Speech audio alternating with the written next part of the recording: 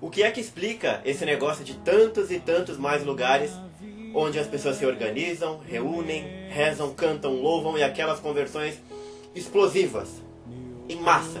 Às vezes a pessoa nem queria ir lá aquele dia, ela foi convencida por outro, foi por educação, nem quer saber de Deus, religião é uma idiotice, o pastor lá, o padre é um canalha, é um pilantra, né? É um pedófilo, eu não quero saber dessa merda. Mas já que a Carlota Joaquina aqui tá mexendo o saco, eu vou. A pessoa chega lá, canta duas musiquinhas assim, balança o braço sem querer, porque ela nem queria estar lá mesmo. Daqui a pouco ela vê o braço mexendo sozinho. E dali a pouco ela já está convertida. Sou católica, sou protestante, sou macumbeira, sou qualquer outra coisa. Afinal de contas, o que é que explica nesses lugares haver tanta empolgação e tanto mais gente aparecendo? Ah, Mário, essa pergunta é perfeita pra idiota. É claro que a alegria, a felicidade, do mesmo jeito que as pessoas gostam de festa, né? As festas atraem as pessoas, a igreja atrai. Isso é uma boa resposta? É uma ótima resposta, é verdade, mas não é o suficiente. Ah, então eu já sei. Tem um padre ali, né? No Largo do Cambuci. Ah, tem um padre aqui no Parque do Ipiranga. Ah, no Horto Florestal do Tucuruvi, que se veste de samambaia, né? Ele é super engraçado, as pessoas gostam dele. Ou então, ah não, tem uma paróquia lá na freguesia do Ó, que tem uma freira que sapateia, né? Dá aula de zumba. As pessoas gostam dela, por isso que elas vão. Isso é uma boa resposta, excelente resposta. Mas não explica, não justifica. O que é que coloca as pessoas nesse estado aí, ó? Dá uma olhada.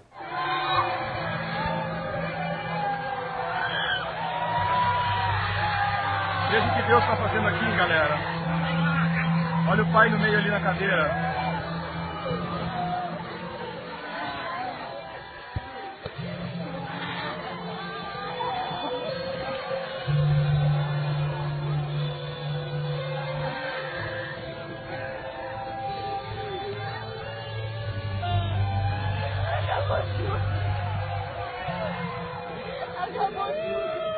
Acabou tudo.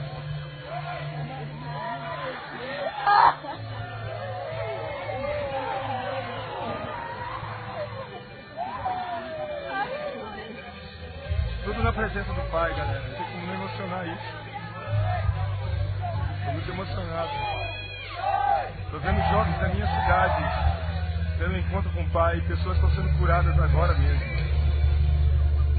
Meu desejo é que em Valadares todos experimentem isso que nós estamos experimentando. A manifestação do Pai. Ele está sentado ali na cadeira e os filhos estão aqui dançando na presença dele, sendo espontâneos na presença dele. Oh Pai, estenda isso sobre o Brasil. Jovens estão sendo curados, restaurados, famílias. Gente está entregando a sua dança para ele espontaneamente. Uau! Obrigado, Pai. Venha teu reino sobre essa cidade, em nome de Jesus. Venha teu reino sobre Minas Gerais, Pai. Faz de novo como na primeira vez, Pai. De novo. Então, existe um denominador comum para esse tipo de coisa acontecer dessa forma em todos os lugares? Existe. Nesse vídeo você vai conhecer exatamente o mecanismo psicofisiológico que explica isso. Como isso acontece. E de quebra, você vai entender que, por exemplo, quando você tem um pensamento, né, uma neura, uma crença, né, os coachings chamam de crença limitante, não é um termo ruim, é que tanto que eles bateram que virou qualquer coisa.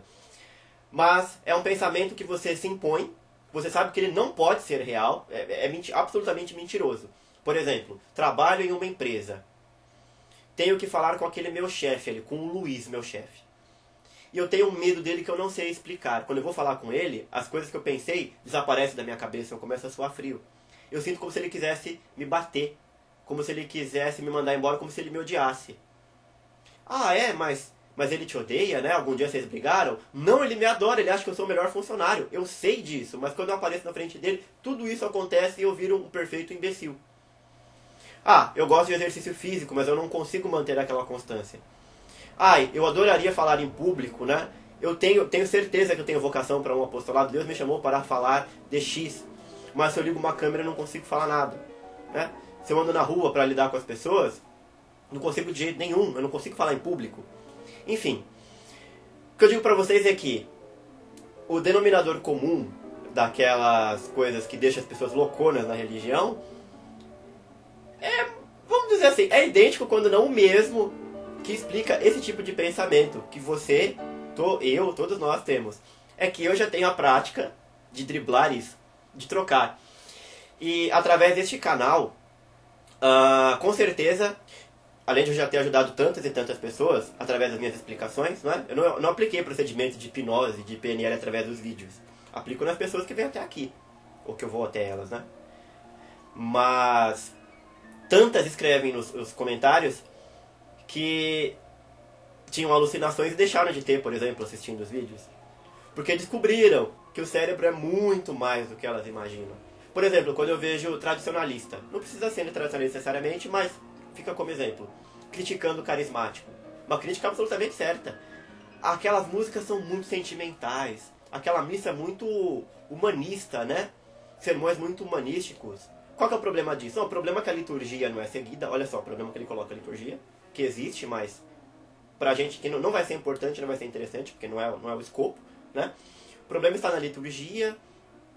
E assim, o problema do emocionalismo é que ele não está adequado à encíclica Pascendi de São Pio X.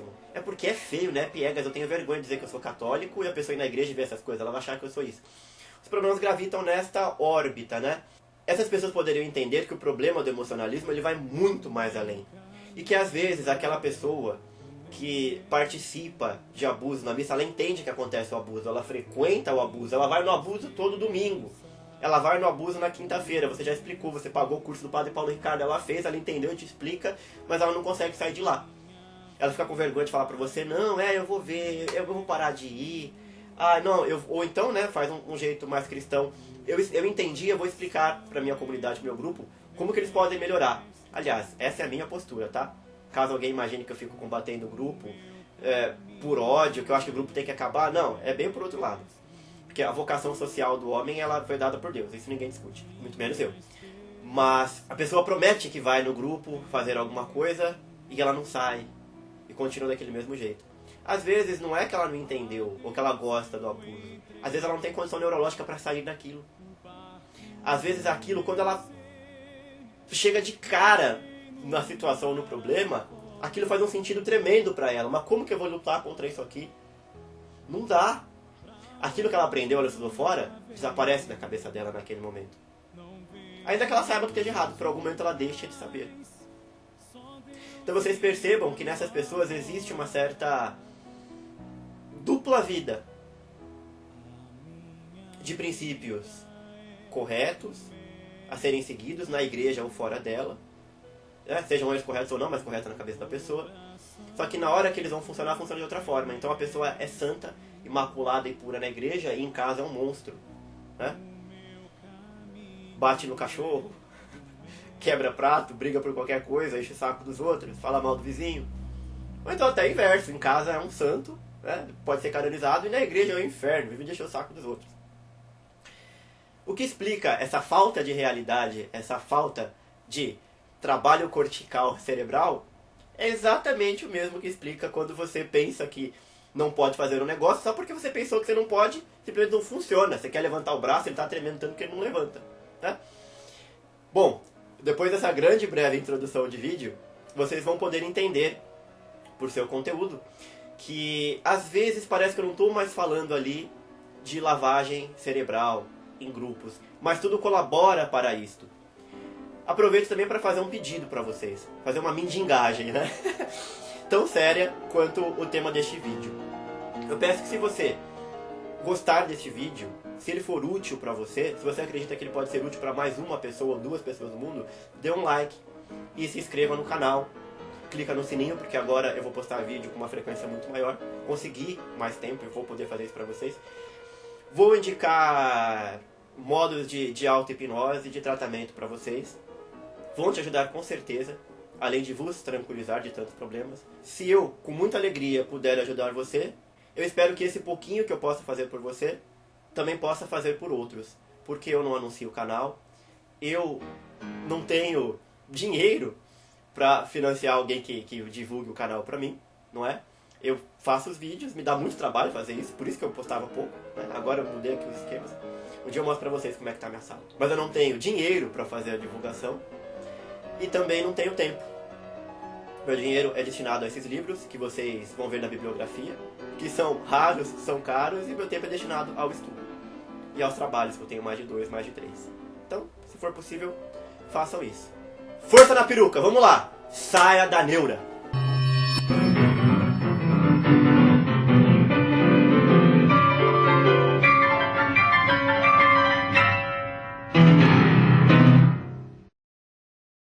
Pensem numa situação em que 2 parentes se visitam e se encontram. Em um quarto, entre uma conversa divertida, um deles diz que tem uma notícia triste para dar e então anuncia a morte de alguém da família muito querido. Esta pessoa, que então era a visita, entra em um estado de tristeza profunda, chora, fica agitada, passa a mão nos cabelos.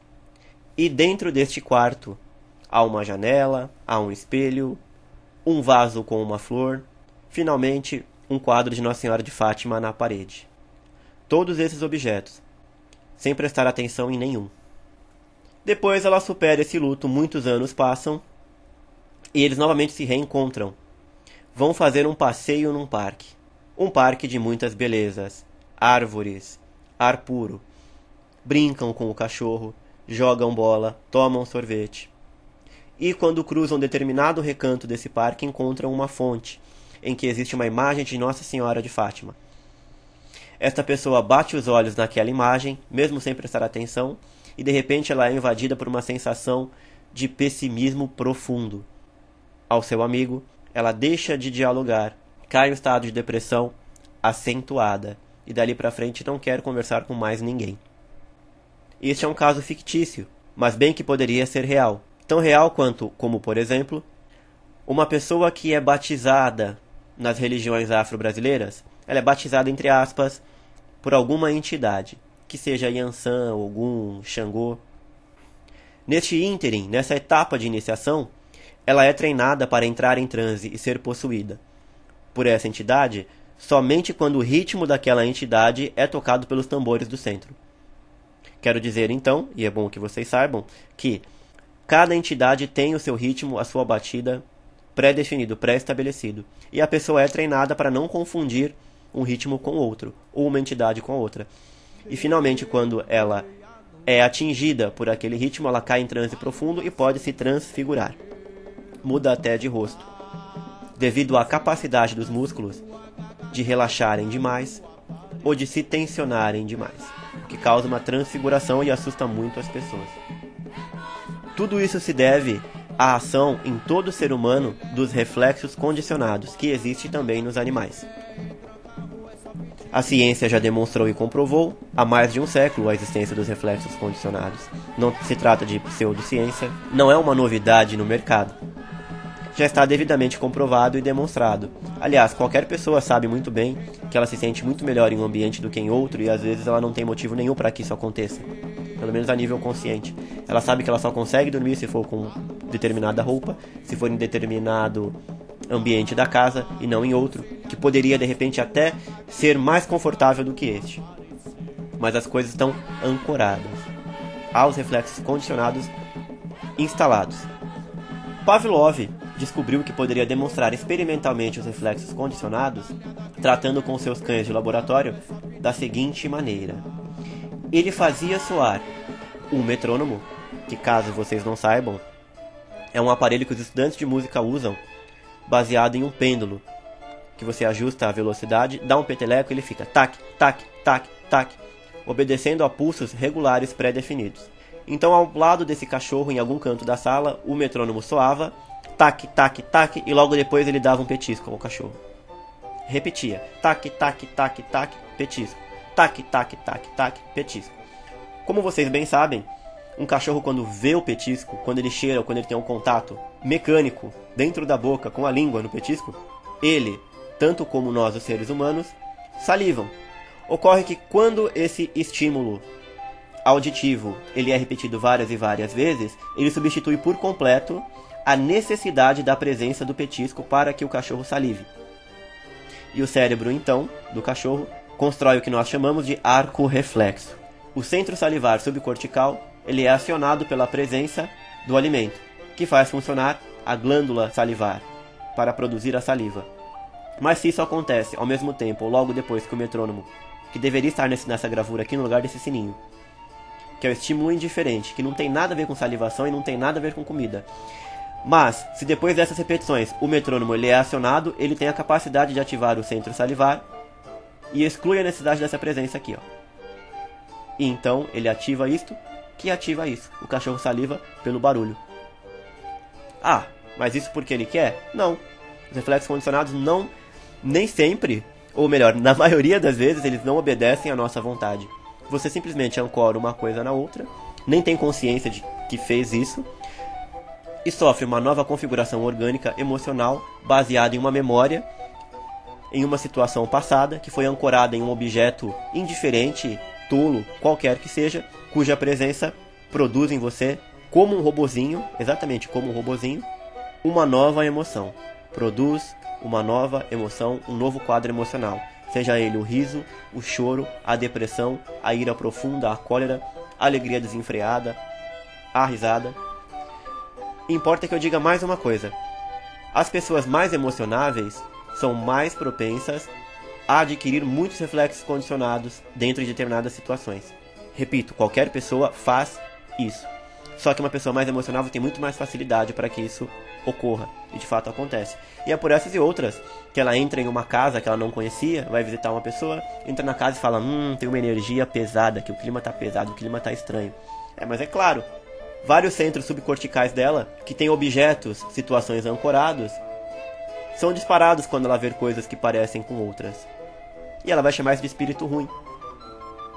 E isso vai acontecer do mesmo modo, tanto na vida civil, quanto na vida religiosa. Se ela frequenta um ambiente emocionalista, onde o líder, o condutor da situação, elicia nela memórias antigas, mas sempre muito fortes, onde ela vai se lembrar de um trauma que ela teve, de um acidente, de uma perda ou de um ganho. Só pelo fato dela pensar naquela coisa passa a ser real. Em sua imaginação e em sua biologia, em seus músculos, em seu sistema endocrinológico, em suas glândulas. Enquanto isso ocorre, o pastor, o padre, o pregador diz: Jesus te ama, Jesus isso, Jesus aquilo, o Espírito Santo aquilo outro. E um violãozinho toca no fundo. Tim, toim, tim, toim, tim. Na semana seguinte ela ouve um violão e acessa esse estado imediatamente. De novo ela começa a chorar desenfreadamente. Ou seja, ela fica sensibilizada pelo toque do violão, pela voz do pastor, ou pela palavra Jesus, ou pela palavra Espírito Santo. E se isso é feito com muita frequência, ela se torna um religioso autômata. Não lida mais com conceitos, com abstrações, com ensinamentos. O que ela vai fazer é responder emocionalmente às coisas. E como ela não conhece a origem, a natureza dessas emoções que vêm, supostamente, até então, do nada, ela acredita que vem de Deus. Se for ruim, é o demônio que tem que tirar. Se for bom, é Deus. Ela se sente mais amada do que nunca e vai procurar qualquer ambiente onde ela se sinta bem. Consequentemente, se você tem um debate, uma conversa racional com essa pessoa, dado momento você toca aquela palavra que ela não pode ouvir, que seja Jesus. Você não tinha dito na conversa ainda, mas você disse. E o rosto dela se transfigura. Ela não consegue mais tratar racionalmente. Ela não tem mais paciência com você. De dulcíssima, ela fica agressiva. Dá um tapa na mesa, levanta e sai andando. Não quero mais conversa. Esta é uma pequena introdução à ciência dos reflexos condicionados.